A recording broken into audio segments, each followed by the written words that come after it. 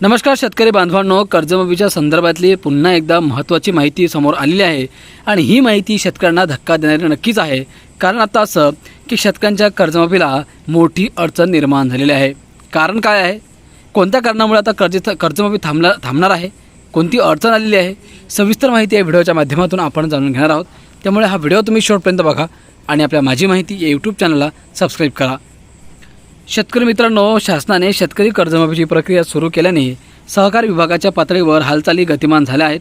माहिती भरण्याच्या कॉलममध्ये 13ने वाढ केली असून आता 67 कॉलममध्ये माहिती भरावी लागणार आहे।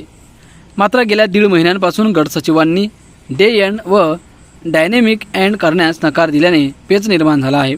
डायनॅमिक एंड पूर्ण झाल्याशिवाय संबंधित खात्यात ऑडिट करता येत नाही।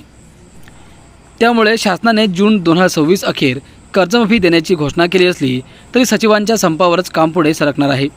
पुण्यश्लोक अहिल्यादेवी होळकर शेतकरी कर्जमाफी योजनेची माहिती भरण्याची प्रक्रिया सुरू केली आहे। शेतकरी मित्रांनो, शासनाने 2023 आणि 24 व 24 आणि 25 या 3 वर्षाची माहिती भरायची आहे। कर्जमाफीची माहिती 67 कॉलममध्ये भरायची असून वाढीव कॉलममध्ये 31 मार्च अखेरची थकबाकी नियमित वसुली ही माहिती भरायची आहे। मात्र विकास संस्था पातळीवर सचिवांनी संगणकीय डे एंड व डायनॅमिक एंड करावा लागतो। संप सुरू असल्याने संगणकीय कामकाज होऊ शकले नसल्याने कर्जमाफी माहितीचे ऑडिट करता येणार नाही। हा संप लवकर न मिटल्यास कर्जमाफीचे घोंगडे भिजत राहण्याचा धोका आहे। मित्रांनो, आता काय असते डे एंड आणि डायनॅमिक एंड? राज्यातील 21,000 विकास संस्थांपैकी 12,000 संस्थांना अद्ययावत संगणक प्रणालीखाली आणले आहे।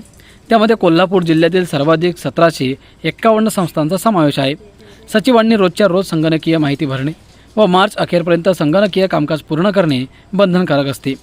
सचिवांच्या मागण्या: सचिवांना शाश्वत वेतन श्रेणी द्या, संस्थांना अटी शिथिल करून सक्षमीकरण निधी द्या। मित्रांनो, आचारसंहितेचे काय तर राज्यातील विविध जिल्ह्यांत स्थानिक स्वराज्य संस्थांमधून निवडून द्यायच्या विधान परिषद सदस्य पदाची निवडणूक जाहीर झाली आहे।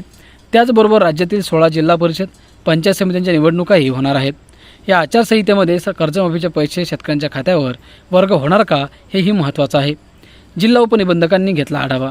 12ही तालुक्यातील सहाय्यक निबंधक, जिल्हा बँकेचे निरीक्षक, विभागीय अधिकारी व सचिव प्रतिनिधींची तातडीची बैठक गुरुवारी घेऊन जिल्हा उपनिबंधक निळकंठ करे यांनी आढावा घेतला।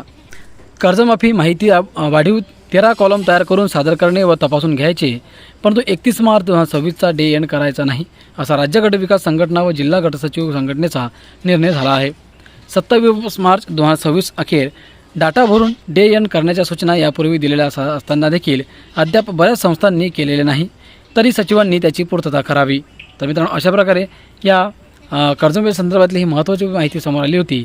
नक्कीच तुम्हाला समजली असेल तर आपल्या व्हिडिओला लाईक करा आणि पुढे असेच महत्त्वपूर्ण व्हिडिओ पाहिजे असतील तर चॅनलला सबस्क्राईब करा।